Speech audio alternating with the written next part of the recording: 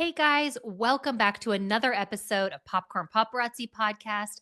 We're here to help you decide if a movie is worth a trip to the theater or skip it and stay home cozied up on the couch.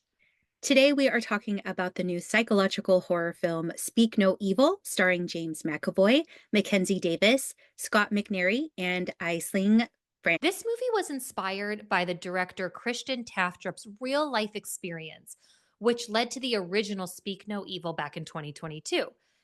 Now, after befriending a Dutch couple while on vacation with his wife in Italy, they went home, and then Taftrop got this email from the Dutch couple inviting them to come visit. Now, he was saying that this is a little creepy. I don't really know these people. So Yeah, obviously, we're not going to go. However, it got his creative juices flowing about what kind of dark stuff could have happened if he had gone to visit these people. And yeah. lo and behold, he came up with Speak No Evil. Now, the 2024 remake is based now on an American and a British couple. For those of you who aren't sure what this movie is about, basically, Speak No Evil, like we said, is a psychological horror thriller that explores the unsettling consequences of social etiquette taken to extremes, focusing on a couple's increasingly tense weekend with another family that they barely know. So tense. So Yeah. tense. I think people will like this movie. They're going to be able to relate to just the fact alone about what it's like to be in an uncomfortable situation Yeah. and not know how to get yourself out of it. Yep. And we do put, I don't know why, but such weird pressure on ourselves to stay polite, stay Yeah. considerate, even Yep. when we in our gut are saying, like, doesn't feel right. Get me the hell out of here. Especially women. I feel like Yeah, it falls on us all the time. Things like absolutely. that. Yeah, for Yes. sure. I think people who are coming to this movie, you're obviously fans of horror films. Hmm. And the main thing you're going to be looking for is what kind of shock value am I going to get in this film? And does that make worth seeing? And for me, and you guys should both know, not both, I hope there's more than two people listening. What I wanted to say was that me and Cassie both Yeah. watched the original version Hmm. and the remake, obviously. So we are definitely comparing these as we go along, like I said. And the shock value is a definite yes. It hits the mark. It's brilliant and totally unexpected. I don't know about you, but the original was more restrained in the making Yes. of the film all the way up until that last 10 minutes. And then you are literally hit with a gut wrenching climax. Yeah. Horrifying. Yeah. The remake, I would say, cranks up the shock with more explicit violence and disturbing visuals. But between the two, I feel like the original's ending has shaken me more and stuck with me Yeah. than the remake. I have to say that after watching the Danish version, truly, it stuck with me. I'm still Yeah. thinking about it to this day. And Yeah. I think the most haunting thing about this movie is that the character in it, Patty, in the American version, was just so evil and so disturbed. One of the lines in the film, Ben is saying to Patty, "Why are you doing this?" Yeah. And Patty just looks him dead in the eye with nothing behind those eyes and just says, "Because you let me." Yeah. Talk about a slap in the face, a what the fuck moment. Like, literally, Yeah. my jaw, I was just like, oh, what do you Yeah. say to that? What do you do? Where do you go from here? Definitely that line is haunting. Yeah, And but he's right. I mean, he did. it's true. He The let him, whole the and I whole feel time. like almost the movie is a test. And Patty is Yes. testing Ben and Yes. Louise along the way, Mhm. throwing them. Obviously, they know what they're doing. And they're like, it's like the movie is like a mind fuck, right? It's Cat and and mouse. he is Cat and right. mouse. They did do it. I would Mhm. say I also thought Mackenzie Davis did great. Sometimes, I don't know. I would say that I wasn't in love with her in the movie, but also she did a good job bringing Yeah. it. She was a Yep. badass at the end, Yeah. which, Where it counted, yes. where it counted. Yeah. And She stood. She stood up. exactly. Yeah. And because we have these two versions to compare, it's just like night and day as far as how people like the Danes tend to just give you something very raw and they're not going to sugarcoat it. No. This is probably what would actually happen had you been taken by another couple or whatever. Yeah. So Yeah. there is not that it's a spoiler, but a little bit that there's not a happy ending here. Whereas this version, like and I knew they would tie it up in a nice bow, Yeah. make everyone feel happy. You leave the theater, the good people win, the bad people lose.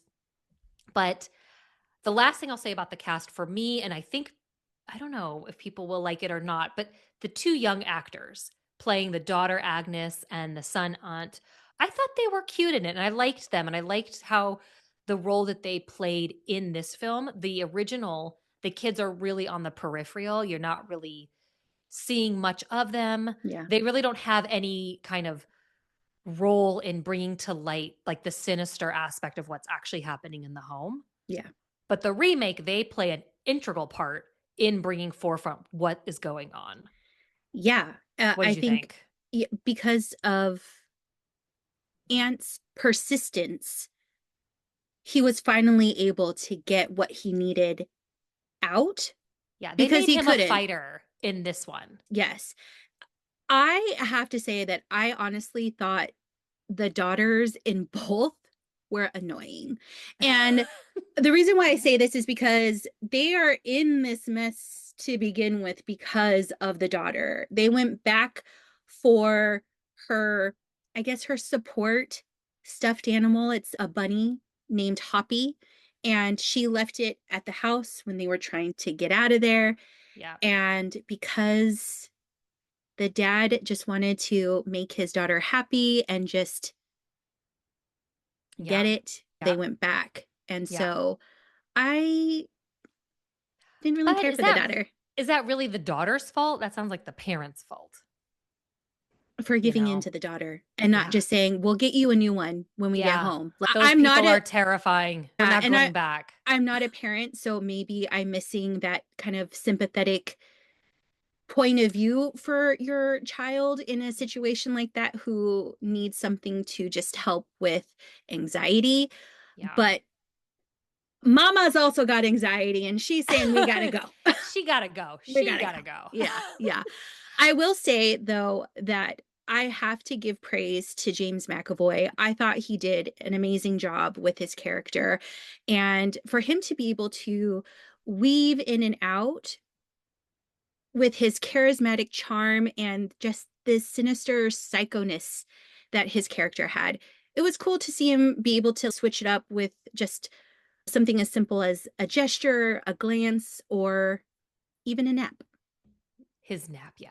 Yeah. Okay, so those kind of things worked for the film, but what didn't work? I think if you like the original and that version is a slow burn tension, the 2024 version might be a bit too in your face. The remake definitely speeds things up, in my opinion. More like we're building the tension, we're getting these scenes more frequently, whereas the original, like it's pretty drawn out. Yeah. Yeah. Um, and the remake adds more violence, which I think does take away from that psychological creepiness a bit that Mhm. I found so unsettling in the first one. The themes, I don't know if they worked as well in the remake as they did in the original. So the original is like really about awkwardness and politeness, overruling your basic instinct to get away. Mhm. Whereas the new one kind of shifts a little bit more towards cultural clashes, like American way versus British way, Yeah. which we get. And then also on top of that, societal pressure. For example, Ben and Louise ignoring the fact that they're growing more uncomfortable, their gut instinct is telling them to get out, especially the mom, Louise, played by Mackenzie Davis. She senses right away things are not right. Something is off. Yeah. But of course, Ben, who's got like a man crush on Patty, he wants to stay Oh, and he keeps pushing her to stay. But some of it was just maybe a little bit more obvious. Like, obviously, we know that in this remake, we get way more character development. mhm. We learn a lot about the backstory of both couples, whereas the original, you get none of that. It's up to you to figure out how these couples got here. And in the remake, the American version, I don't know if I loved that they made them this couple that was down and out and they throw in this random fact that she had been sexting some guy from Which the yeah, school, yeah, which I thought and was mm, yeah, and all of a sudden they just share some things that just okay. Anyway, I think those kind of things might make you lose a bucket of popcorn for. yeah, I didn't really think that was necessary for us to have as an audience. We could already tell that their relationship was struggling. Yeah. You could tell. The fact that Louise tried many times to say, "Let's get out of here," and like you said, being ignored. Uh, and in terms of the pacing of the movie, I honestly thought and that both did I say this already too? I don't know. That they're both a slow burn. It was I will say with the Danish version, it was difficult to stay in it Hmm. because Yeah. it was such a slow burn. It's so slow. Yeah. But I think in both, once you get to the point where everything now is unraveling and it's getting to the climax, it gets better for sure. Okay. Would you say, I know today we talked a lot about these two movies. So obviously, we both probably feel like watching the Danish version is a good idea. Yeah. Would you say that they should watch it before or after the remake? I That's a know good it's a good question. question. I honestly wish for myself Yeah. that I saw the American version first and then Okay. watched the Danish version just because I already knew like when things started happening and it was similar to the Danish version. I don't know, it kind of killed Yeah. it a little bit, just that not knowing what's going to happen. Yeah. That's a So, really good point. yeah, That's a good point. yeah. I So, wish yeah. At mm, first, I was on the fence about it, which way, maybe it doesn't matter. But now that you're saying that, you're right. If you watch the new one first, yeah. then when you watch the remake or when you watch the original version, it might be better to go that way before you go the other way for the spoilers. You guys get what I'm saying. Okay. But regardless, we both think that you guys should watch the original Danish version, and you can find that Absolutely. on Shutter Yeah. Or for you could free rent it for $4 if you don't have Shutter, or which I Shutter for don't. free. So, knowing what you know about this movie and everything we talked about today, what do you think? Should our listeners swap the sweats for real pants or stay home with a glass of wine and a pumpkin scented candle? I will say that this movie does a great job of making you question yourself if you were in their situation. Could you stay as long as they did? How far are you willing to go? You are taken on a ride, and there are several times where you're just like, get out, just leave. But like a moth to a flame, you're suckered right back in, So, are we staying in the theater or are we staying home? staying home, We're staying home. Okay. staying Okay. home, staying home. Okay. I would agree. In my opinion, even though it's a solid psychological horror film, Mhm. it's not worth ditching your comfy sweats for. This movie is perfect for a cozy Friday night at home. All right, so now the real question begins is how many buckets of popcorn are we going to give it? And remember, we do rate between 1 through 5 buckets of popcorn. And I'm going to give this film 3 buckets of popcorn and would recommend, like I said, streaming at home. Keep those sweatpants on, enjoy it in the comfort of your couch with your favorite pint of ice cream. And how many buckets are you giving this movie? We're in sync today because I'm also giving it 3 buckets of popcorn. If Yeah. you're a diehard fan of the original, you might miss the creepy dread, but to be honest, this remake here gives you a lot of thrills. It's still adrenaline pumping movie. You get the jump scares, and it's definitely worth a watch, but at home.